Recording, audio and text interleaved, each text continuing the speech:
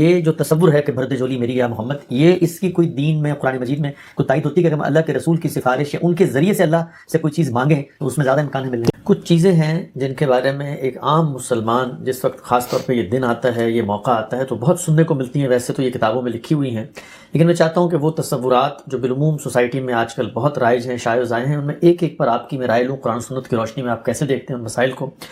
ہر جگہ ایک اسٹیٹمنٹ سننے کو ملتی ہے، جیسا آپ صلی اللہ علیہ وسلم سے اپنے تعلق کا اظہار لوگ کرتے ہیں، اپنے عشق کا اظہار کرتے ہیں، تو یہ کہتے ہیں کہ آپ صلی اللہ علیہ وسلم وجہ تخلیق کائنات تھے، آپ کی وجہ سے یہ کائنات بنی. گویا آپ کا یہ مقام اور مرتبہ ہے کہ کائنات وجود ہی میں نہ آتی اگر آپ نہ ہوتے.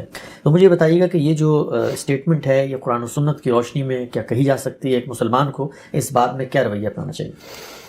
اللہ تعالیٰ نے کوئی کام کیسے کیا ہے، کس مقصد سے کیا ہے، اللہ تعالیٰ کی اپنی صفات کے کیا تقاضے ہیں، اس کا تنہا ماخذ اب قیامت تک کے لیے اللہ کی کتاب قرآن مجید ہے. جو کچھ بھی آپ کو کہنا ہے وہ قرآن مجید ہی کی بنیاد پر کہا جائے گا. اگر کسی روایت میں کوئی بات آتی ہے تو یہ ضروری ہے کہ اس کو بھی قرآن کی روشنی میں دیکھا جائے. تو قرآن مجید نے اس کائنات کی پوری اسکیم سے متعلق جگہ جگہ اپنا نقطہ نظر بیان کیا ہے. اس میں اس طرح کی کوئی بات نہیں ہے. میں نے جو قدیم چیزیں دیکھی ہیں ان میں انجیل برنباس میں یہ تعبیر اختیار کی گئی ہے. میرا احساس یہ ہے کہ جس طرح ابن اللہ کی یا اللہ کے بیٹوں کی تعبیر تھی، اور بائبل میں ہم اس کو دیکھتے ہیں یا اناجیل میں دیکھتے ہیں کہ لوگوں نے اصل مفہوم سے ہٹ کر غلط سمجھ لیا، کچھ ایسا ہی معاملہ اس بات کے ساتھ بھی ہوا ہے. اگر آپ غور کر کے دیکھیں تو اللہ تعالیٰ نے یہ دنیا بنائی، ظاہر ہے کہ اس میں بہت سے مقاصد پیش نظر ہیں. اس دنیا کا ایک دن خاتمہ ہونا ہے، اس کی جگہ ایک ابدی زندگی اس کے نتیجے میں پیدا ہونی ہے اور ایک نئی دنیا وجود میں آنی ہے. اس میں کیا مقاصد پیش نظر ہیں ان کا کوئی شخص بھی احاطہ نہیں کر سکتا. یہ موجودہ دنیا میں اللہ کی یہ اسکیم رہی کہ اس نے آدم علیہ السلام کے زمانے سے ہدایت کا سلسلہ شروع کیا. یہ ہدایت کا سلسلہ رسالت پاک صلی اللہ علیہ وسلم پر ختم ہوا ہے. تو گویا یہ دنیا جس مقصد کے لیے بھی بنائی گئی اس میں اللہ تعالیٰ نے اپنے منشا کو واضح کرنے کے لیے پیغمبروں کا سلسلہ جاری کیا. وہ اپنے منتہا اور مقصد کے لحاظ سے بڑھتے بڑھتے وہیں پہنچا کہ جب آخری نبوت آ گئی. تو میرا احساس یہ ہے کہ یہی بات کسی تعبیر میں ہو سکتا ہے کہ قدیم صحیفوں میں آئی ہو جو ہمارے ہاں یہ صورت اختیار کر گئی ہے. تو اس طرح کے سب معاملات میں اللہ کی کتاب ہی کی طرف رجوع کرنا چاہیے. اس میں یہ بتا دیا گیا ہے کہ یہ موت و حیات کا کارخانہ تو اس لیے بنایا گیا ہے کہ خلق الموت والحیات لیبلوکم ایکم احسن عملا، کہ اللہ تعالیٰ یہ دیکھنا چاہتے ہیں کہ تم میں سے کون اچھا عمل کرتا ہے. یہ پورا عالم وجود میں آیا ہے، اس سے بھی یہ معلوم ہوتا ہے کہ کوئی ایسی اسکیم پیش نظر ہے جو حیات ابدی میں تبدیل ہو جائے گی. تو قرآن میں ایسا کوئی اشارہ نہیں ہے. اسی طرح جو اناجیل اس وقت ہیں یا تورات ہمارے پاس ہے اس میں بھی اس طرح کی کوئی بات نہیں ہے. اور یہ بات اگر آپ غور کر کے دیکھیں تو علمی اور عقلی لحاظ سے بھی بالکل بے معنی لگتی ہے. یعنی اللہ تعالیٰ کے پیغمبر کی حیثیت سے ہر شخصیت کا بڑا مرتبہ ہے، رسالت میں آپ صلی اللہ علیہ وسلم کو بھی بڑی فضیلت حاصل ہے. عالم کس مقصد کے لیے بنا ہے اور یہ دنیا کس مقصد کے لیے وجود میں آئی ہے، اس میں اگر ایسی کوئی چیز ہوتی تو اللہ تعالیٰ خود اس کو بیان فرماتے اور پھر یہ بھی بتاتے کہ کسی ایک شخصیت کے لیے یہ عالم بنانے کا کیا منشا پیش نظر ہے. تو اس طرح کی کوئی چیز کہیں بھی بیان نہیں ہوئی. اور وہ چیزیں کہ جو مستند نہیں ہیں، جو اللہ کی کتاب میں بیان نہیں ہوئیں، یا اللہ کی کتاب میں جو مقاصد بیان کیے جاتے ہیں ان کے مطابق نہیں ہیں، یا قدیم صحیفوں میں ان کے کوئی آثار نہیں ملتے، ان کو محض دائیں بائیں کی روایات کی بنیاد پر قبول نہیں کرنا چاہیے. اگلی چیز ایک اور جو عام طور پہ سننے میں آتی ہے، خصوصاً اس ماہ کے دوران ساتھ محمد صلی اللہ علیہ وسلم کے حوالے سے جو لوگ اپنے جذبات کا اظہار کرتے ہیں، اس میں کہا جاتا ہے کہ جتنے انبیاء تھے، آپ نے میزان میں پورا اس پر مضمون بھی باب لکھا ہے، ہم نے اس کو پڑھا بھی ہے، لیکن میں چاہتا ہوں ایک عام آدمی کو خلاصہ بھی سامنے آ جائے. اس کو لوگ کہتے ہیں کہ سارے نبی تیرے در کے سوال، یعنی انبیاء جتنے بھی تھے وہ آپ ہی کے در پر، یعنی گویا آپ ہی کی تکمیل کے لیے آ رہے تھے، اور سب پر آپ کو یہ فضیلت حاصل ہے. اور اسی کو ہماری شاعری میں، ہماری نعتوں میں، ہماری قوالیوں میں، ہمارے روزمرہ کے جو انٹریکشن ہے اس میں رسول اللہ صلی اللہ علیہ وسلم کی اسی حیثیت کو بیان کیا جاتا ہے. تو قرآن کی روشنی میں کیا یہ بات بھی کہی جا سکتی ہے کہ ساتھ محمد صلی اللہ علیہ وسلم تمام انبیاء سے افضل تھے؟ قرآن مجید اس سے بالکل مختلف بات کہتا ہے. وہ یہ کہتا ہے کہ یہ فضیلت کی بحثیں بالعموم امتوں کے مابین مناقشات کا باعث بن جاتی ہیں. چنانچہ اچھی طرح سمجھ لو کہ ہم نے ہر پیغمبر کو کسی نہ کسی پہلو سے دوسرے پر فضیلت دی ہے، بلکہ آگے مثالیں دے کے بتایا ہے کہ موسیٰ علیہ السلام کو ہم نے یہ فضیلت دی کہ براہ راست ان کے ساتھ کلام کیا گیا. یہ کسی اور کو فضیلت حاصل نہیں ہوئی. سیدنا مسیح علیہ السلام کے کچھ خصوصی معاملات ہیں، وہ بن باپ کے پیدا ہوئے، ان کو غیر معمولی معجزات دیے گئے، روح القدس گویا خدمت میں کھڑے ہیں کہ جو کچھ وہ کر رہے ہیں فوری طور پر اس کے نتائج سامنے لے آئے جائیں۔ تو یہ کچھ مثالیں دے کے قرآن مجید نے یہ بتایا کہ ہر پیغمبر کے ساتھ ہمارا معاملہ رہا ہے۔ رسالت مآب صلی اللہ علیہ وسلم نے متعدد موقعوں پر اس کی نفی کی۔ میں نے وہ ساری روایتیں اپنی کتاب میزان میں نبی کی فضیلت کے باب میں اکٹھی کر دی ہیں، جن میں آپ نے توجہ دلائی کہ اس طرح کی باتیں نہ کہا کرو، اور پھر یہ بتایا کہ 6 چیزیں ہیں جن میں مجھے دوسرے پیغمبروں پر فضیلت حاصل ہے۔ ان میں خاص طور پر یہ ہے کہ مجھ پر نبوت ختم کی گئی ہے، اور اب قیامت تک کے لیے سب انسانوں کے لیے میں ہی اللہ کا رسول ہوں۔ تو اس سے یہ تصور دیا گیا ہے کہ اللہ تعالیٰ نے سب پیغمبروں کے ساتھ الگ الگ معاملہ کیا ہے، ہر ایک کو کسی نہ کسی پہلو سے کوئی فضیلت حاصل ہے۔ رسالت مآب صلی اللہ علیہ وسلم کو بھی بعض غیر معمولی فضیلتیں حاصل ہیں۔ صحیح تصور یہ ہے، لیکن امتوں کے اندر یہ خرابی پیدا ہو جاتی ہے۔ ہم مسلمانوں کو تو یہ تعلیم دی گئی تھی کہ رسول یا نبی ہونے کی حیثیت سے ہم کسی نبی یا کسی رسول کے معاملے میں کوئی تفریق نہیں کریں گے۔ اس امت کا کلمہ جامعہ قرآن میں یہ بیان ہوا ہے کہ لا نفرق بین احد من رسلہ، ہم اللہ کے پیغمبروں میں کوئی تفریق نہیں کرتے۔ یعنی یہ کہ وہ اللہ کے پیغمبر ہیں، یہ کہ اللہ نے ان کو منتخب کیا ہے، یہ کہ ایک بڑی ذمہ داری دی ہے، یہ کہ اللہ تعالیٰ نے ان کو فضیلتیں دی ہیں، ان سب پہلوؤں سے ہم پیغمبروں کو مانتے ہیں، ان پر ایمان لاتے ہیں۔ اور سب پیغمبروں کے ساتھ ہمارے معاملے کی نوعیت بھی یہ ہے کہ ان کی تعلیمات، ان کی دعوت اسلامی تھی، انہی کا دین ہے جن کو لے کر رسالت مآب صلی اللہ علیہ وسلم نے ہمارے لیے اس کی تصویر فرمائی۔ قرآن مجید جگہ جگہ خود رسول اللہ صلی اللہ علیہ وسلم کو یہ کہتا ہے کہ یہ میرے پیغمبر ہیں، نام لیتا ہے ان کا، اور پھر کہتا ہے فَبِہُدَاهُمْ اقْتَدِیٰ، ان پیغمبروں کی جو ہدایت تھی آپ کو بھی اسی کی پیروی کرنی ہے۔ تو یہ سب چیزیں قرآن میں بیان ہوئی ہیں، لیکن نہ ہم اللہ کی کتاب قرآن کو پڑھتے ہیں، نہ اس سے صحیح تصورات اخذ کرتے ہیں۔ دین کے معاملے میں بھی ہم نے یہ شہرت دے رکھی ہوئی ہے کہ یہ اسلام 14 صدی پہلے آیا۔ قرآن مجید جگہ جگہ تصریح کرتا ہے کہ یہ تو سب نبیوں کا دین ہے، اللہ کا دین ہمیشہ سے اسلام ہی رہا ہے، آدم علیہ السلام سے لے کے محمد الرسول اللہ تک ایک ہی دین پیش کیا گیا ہے۔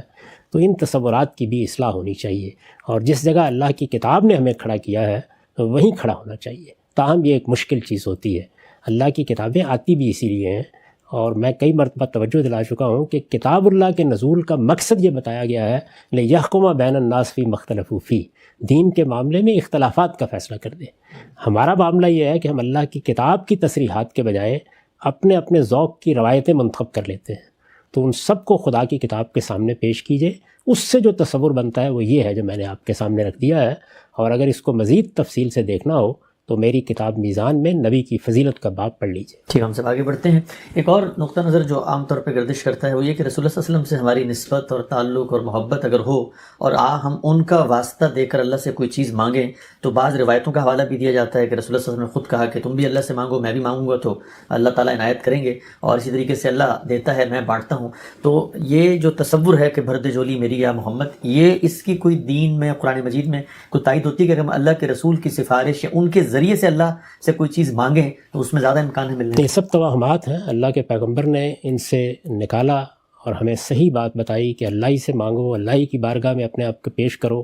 اللہ کی بارگاہ میں کسی کے واسطے دینے کی کوئی ضرورت نہیں ہے۔ اللہ کی بارگاہ میں تو جا کے حمد و ثنا کے بعد اپنی ندامت، اپنا تضرع، اپنی عاجزی پیش کرنے کی ضرورت ہوتی ہے، اور بارگاہ خداوندی سے آپ رحمت کی توقع کرتے ہیں، ہاتھ اٹھاتے ہیں، دعائیں کرتے ہیں، اور یہ طریقہ ہی پیغمبروں کا سکھایا ہوا طریقہ ہے۔ خود رسالت مآب صلی اللہ علیہ وسلم نے یہی طریقہ سکھایا۔ جو بات قرآن میں کہی گئی وہ یہ تھی کہ رسول اللہ صلی اللہ علیہ وسلم کے سامنے اگر تم جاتے ہو تو جا کے ان سے درخواست کرو اس بات کی کہ تم اگر توبہ کر رہے ہو، تم مغفرت چاہ رہے ہو، تم نے اپنے آپ کو خدا کے سامنے ڈال دیا ہے، تو وہ بھی اللہ سے درخواست کریں کہ تمہیں معاف کر دیا جائے۔ یہ بات تھی، اور یہ بات اپنی جگہ بالکل ٹھیک ہے، اس لیے کہ آج بھی آپ کسی بزرگ سے بھی بعض اوقات کہتے ہیں، اپنے کسی بڑے سے بھی کہتے ہیں، کسی استاد سے بھی کہتے ہیں کہ آپ بھی میرے لیے مغفرت کی دعا کیجئے یا معافی کی درخواست کیجئے۔ تو اللہ کے حضور میں درخواست کرنے میں کوئی معنی نہیں ہے، وہ میں کروں، آپ کریں، کوئی خدا کا پیغمبر کرے، اگر کوئی ہمارا بزرگ کرے، درخواست کرنی ہے۔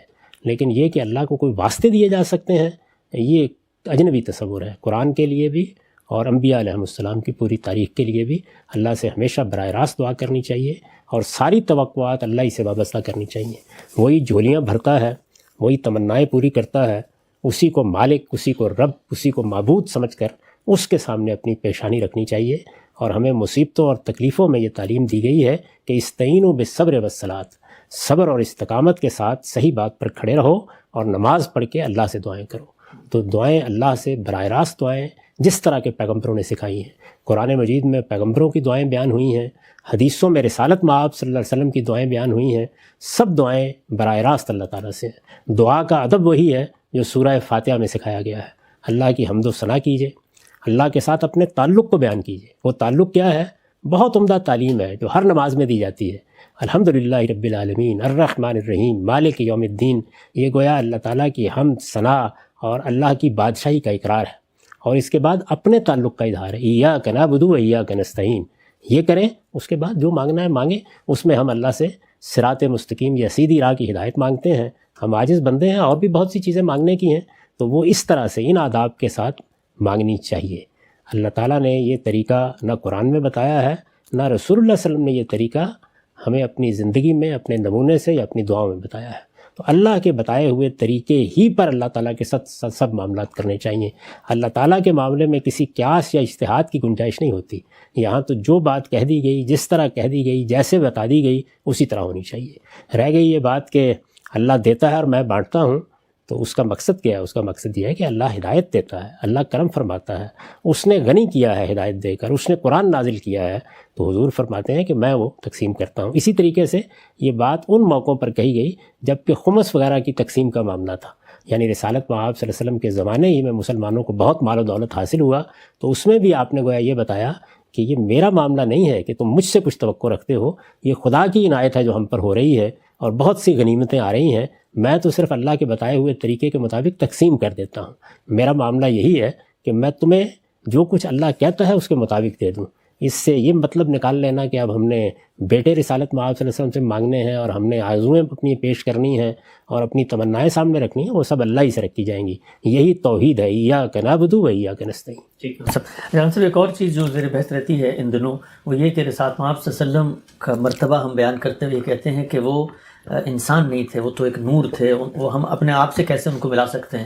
تو ایک عام آدمی اس سوال کا جواب اللہ کی کتاب میں اگر جا کے دریافت کرنا چاہے کہ رسالت مآب صلی اللہ علیہ وسلم نور تھے یا بشر تھے، تو ہمیں کیا رہنمائی ملتی ہے اس حوالے سے؟ قرآن مجید میں جگہ جگہ یہ بتایا گیا ہے کہ ہم نے جب بھی کسی قوم کی طرف پیغمبر بھیجے ہیں تو انسانوں کی طرف انسان بھیجے ہیں، فرشتوں کی طرف فرشتے بھیجے ہیں، اور اسی طریقے سے جنوں کی طرف جن بھیجے ہیں۔ یعنی اگر کسی قوم کی طرف کوئی پیغامبری کرنی ہے تو اسی کے ذریعے سے کی جائے گی۔ تو اللہ تعالیٰ نے تو جگہ جگہ یہ بات بتائی، اور پھر رسالت مآب صلی اللہ علیہ وسلم سے یہ کہا کہ کل انما انا بشر مثلکم یوحی الیہ، یعنی میں تمہاری طرح ایک انسان ہوں۔ یہ تمہاری طرح کا مطلب مرتبے میں تمہاری طرح نہیں ہے، بلکہ بشریت کے لحاظ سے، یعنی جیسے ہم انسان ہیں، رسالت مآب صلی اللہ علیہ وسلم بھی انسان تھے۔ انسانوں میں سے یہ شرف بخشا گیا بہت سے لوگوں کو کہ انہیں اللہ نے نبوت دی۔ موسیٰ علیہ السلام بھی انسان تھے، مسیح علیہ السلام بھی انسان تھے۔ ساری لڑائی یہی ہے۔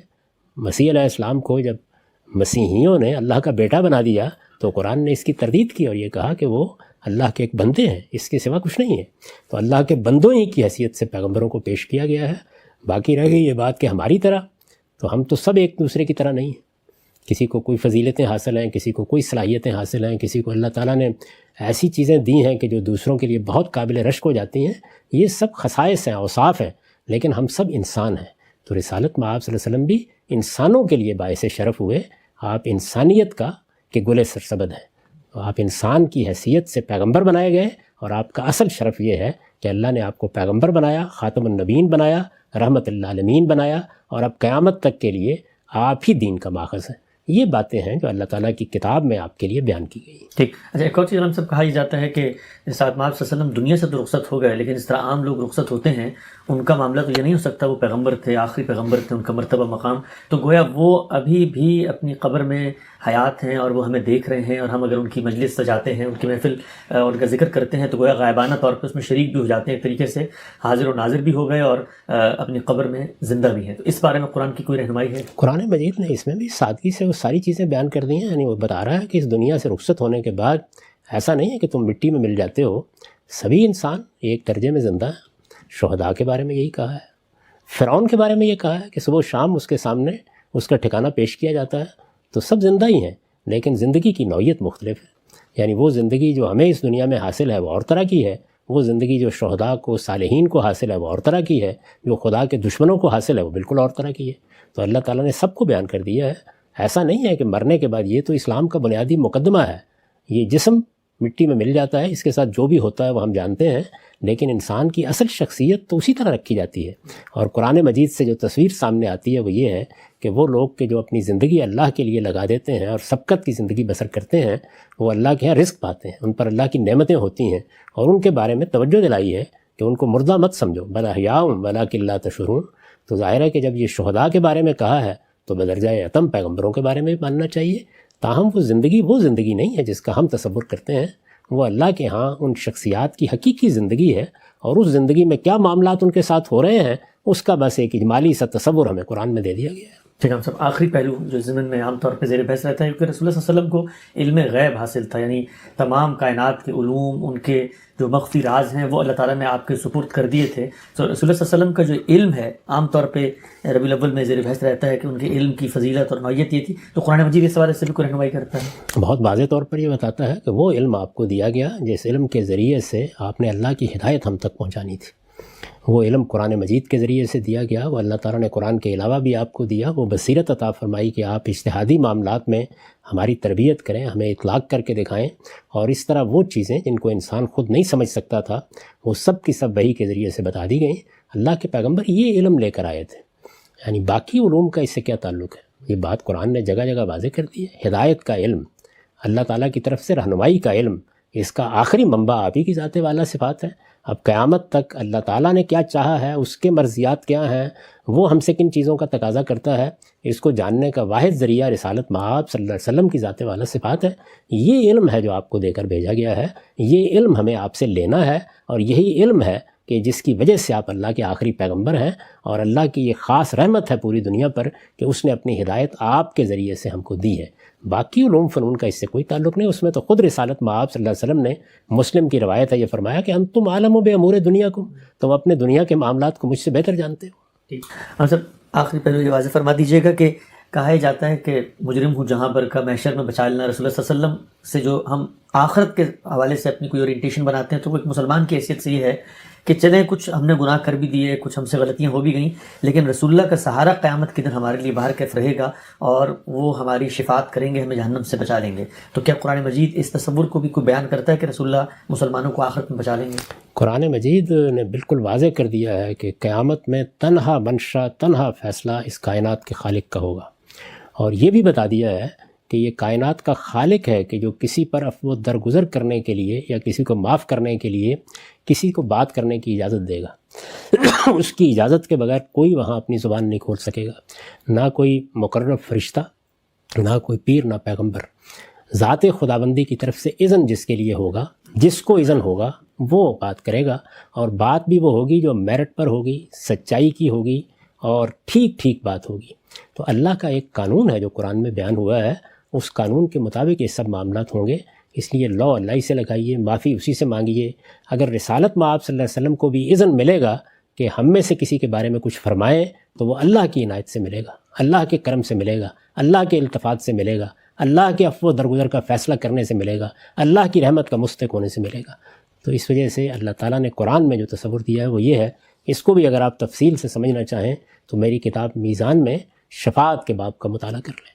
ہم سب بہت شکریہ، بڑی تفصیل سے آپ نے وہ سارے تصورات جو بالعموم پیش کیے جاتے ہیں ساتھ آپ صلی اللہ علیہ وسلم سے عقیدت اور محبت کے ضمن میں قرآن مجید کی روشنی میں ان کی تصریح کی۔ آگے بڑھتے ہیں سلسلہ سوالات کو لے کے۔ ہم سب 12 ربیع الاول ابھی گزرا ہے، آپ نے دیکھا ہوگا قومی نشریات پر بھی اور دنیا بھر پہ میڈیا میں بھی ایک تبدیلی خود ہم نے پچھلے 10 سال میں دیکھی ہے۔ آپ کی عمر زیادہ ہے، آپ نے مزید اس کا مطالعہ کیا ہوگا۔ ایک فیسٹیول کی صورت اختیار کر رہا ہے 12 ربیع الاول۔ پہلے لوگ کہیں نعت کی مجلس سجا لیتے تھے، اب کیک بھی کٹتے ہیں، اس کا نام بھی عید رکھ لیا گیا ہے، اور باقاعدہ عید میلاد النبی کی نمازوں کا بھی اب اہتمام ہو رہا ہے کہ 2 رکعت فلاں جگہ پہ جمع ہو کر ہم عید میلاد النبی کی نماز پڑھیں گے، جلوس جلسے نکل رہے ہیں۔ تو یہ جو پوری کی پوری ایک نیا تہوار بنتا ہوا نظر آ رہا ہے، اور ہم یہ بھی دیکھ رہے ہیں کہ وہ مسالک جو پہلے اس سے ہم آہنگی محسوس نہیں کرتے تھے وہ بھی اس میں شامل ہو گئے، سبھی اس کو منا رہے ہیں۔ تو اگر یہی سلسلہ آگے جاری رہا تو آپ کو لگتا ہے کہ یہ جو دین کی روایت ہے اس کے اندر ایک نئی چیز کا اضافہ یا انحراف کا کوئی موقع یا امکان یا پہلو سامنے آتا ہے؟ دیکھیے، میں اپنا یہ ذوق بارہا بیان کر چکا ہوں کہ اللہ کے معاملے میں، اللہ کے رسول کے معاملے میں، دین کے معاملے میں ہمیں خود اللہ کے رسول ہی نے یہ تعلیم دی ہے کہ ما انا علیہ و اصحابی پر رہو، یعنی جو صحابہ کا طریقہ تھا۔ نہ صحابہ سے بڑھ کر کسی کو محبت کے دعوے کرنے چاہیے، نہ صحابہ سے بڑھ کر کسی کو تعلق خاطر کا ادعا رکھنا چاہیے، وہ ہمارے لیے بہترین نمونہ ہے۔ جو چیزیں دین سے متعلق ان کے زمانے میں ہوئی ہیں وہی ہم جاری رکھیں گے۔ ظاہر ہے کہ وہ حضور کے اذن سے ہوئی ہیں، اللہ کے پیغمبر کی ہدایت کے مطابق ہوئی ہیں، انہی پر عمل جاری رکھیں گے، ان میں کوئی اضافہ نہیں کریں گے، کوئی خرابی نہیں پیدا کریں گے۔ باقی رہ گئی یہ بات کہ کوئی آدمی اس پر خوشی محسوس کرتا ہے، وہ کوئی خیرات کر دیتا ہے، یا اس موقع کے اوپر آپ کو مجلس منعقد کر کے اس میں رسالت مآب صلی اللہ علیہ وسلم کی سیرت بیان کر دیتے ہیں، اس میں کوئی حرج کی بات نہیں۔ تاہم یہ بات یاد رکھنی چاہیے کہ رسول اللہ صلی اللہ علیہ وسلم اس سے بہت بلند ہے کہ آپ کو ایک دن کی شخصیت بنایا جائے۔ آپ ہر روز کی شخصیت ہیں، ہمارے ایک ایک دن کی شخصیت ہیں، ایک ایک رات کی شخصیت ہیں، یہ پوری زندگی آپ کے ساتھ وابستہ ہے، اور آپ کے ذکر کو بلند کرنے کا اللہ نے اہتمام کر رکھا ہوا ہے۔ ہر 5 وقت آپ جانتے ہیں کہ مسجدوں سے آواز بلند ہوتی ہے، اشہد ان محمد رسول اللہ۔ تو رسالت مآب صلی اللہ علیہ وسلم کو ان عام شخصیات سے بالکل منفرد، بالکل بلند اور الگ ہونا چاہیے، اور اس کا تقاضا یہی ہے کہ ہر روز آپ کا روز ہو، ہر دن آپ کا دن ہو، کوئی ایک دن آپ کے لیے خاص نہیں کیا جا سکتا۔ یہ میرا ذوق نہیں ہے۔ تاہم جتنی چیزیں میں نے عرض کر دی ہیں وہ اگر شائستگی سے ایک دائرے کے اندر ہوں تو ان میں کسی جگہ بھی کوئی حرج نہیں۔ آپ روز ایسی مجالس منعقد کریں جس میں رسول اللہ صلی اللہ علیہ وسلم کی سیرت بیان کی جائے، آپ کے اخلاق لوگوں کو بتائے جائیں، آپ کی تعلیمات سے متعارف کرایا جائے، اس میں کوئی معنی نہیں ہے۔ اسی طرح خاص اس دن بھی اگر کوئی خوشی کا اظہار آدمی کر لیتا ہے تو ایک دائرے کے اندر اس کو بھی ملحوظ رکھا جائے گا، لیکن اس کو صحابہ کرام کے طریقے کے قریب رکھنا چاہیے۔ یعنی رسول اللہ صلی اللہ علیہ وسلم کے صحابہ سیدنا ابو بکر، سیدنا عمر، سیدنا عثمان، سیدنا علی، اسی طرح جتنے باقی صحابہ ہیں ان کو اللہ نے اقتدار دیا، قوت دی، سلطنت ہوئی، وہ چاہتے تو ہنگامہ برپا کر دیتے، جشن مناتے، لیکن یہ طریقے انہوں نے اختیار نہیں کیے۔ تو ہمارے ہاں جو دین میں تہوار مقرر کیے گئے ہیں دینی لحاظ سے، یعنی دنیوی اعتبار سے آپ 10 تہوار مقرر کر لیں اس میں کوئی اعتراض نہیں، دین میں جو تہوار مقرر کیے گئے ہیں وہ 2 ہی ہیں، ایک عید الفطر اور ایک عید الاضحیٰ۔ یہ کس نے مقرر کیے ہیں؟ یہ رسالت مآب صلی اللہ علیہ وسلم نے مقرر کیے ہیں۔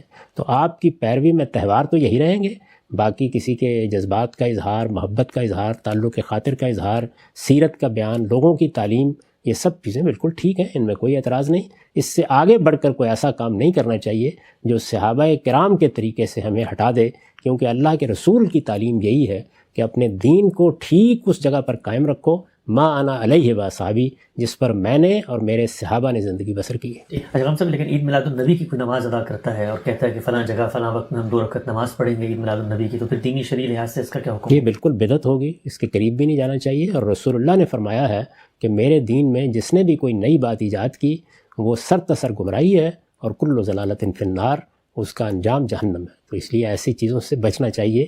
یہی چیز سورہ اعراف میں بیان کی ہے، جہاں 5 ان چیزوں کا ذکر کیا ہے جن کو اللہ نے حرام قرار دیا ہے، ان بنیادی چیزوں کا۔ تو اس میں یہ بتا دیا گیا ہے کہ ان تقولوا علی اللہ ما لا تعلمون، اللہ کی نسبت سے کوئی ایسی بات نہ کرو کہ جس کو تم نہیں جانتے۔ اگر کوئی نماز اس دن پڑھنا ہوتی تو اللہ کے رسول اس کو شروع کرتے، قائم کرتے۔ خود آپ کا کیا طریقہ تھا؟ اگر لوگ اس کو اختیار کریں تو کتنی پاکیزہ بات ہے کہ لوگوں نے پوچھا کہ آپ پیر کا روزہ رکھتے ہیں، تو فرمایا کہ ہاں اس دن میری پیدائش ہوئی تھی۔ تو اگر لوگوں نے اس یاد کو قائم رکھنا ہے تو ایسا کیوں نہ کریں کہ اس دن روزہ رکھیں، رسالت مآب صلی اللہ علیہ وسلم کی اتباع بھی ہوگی، پیروی بھی ہوگی۔ میں جو بنیادی بات عرض کر رہا ہوں وہ یہ ہے کہ اللہ کے رسول اور رسول اللہ صلی اللہ علیہ وسلم کے صحابہ، یعنی محمد الرسول اللہ والذین معہ، ان کے طریقے ہی پر قائم رہنے کا نام دین ہے۔ دین میں اس سے آگے کچھ نہیں ہو سکتا۔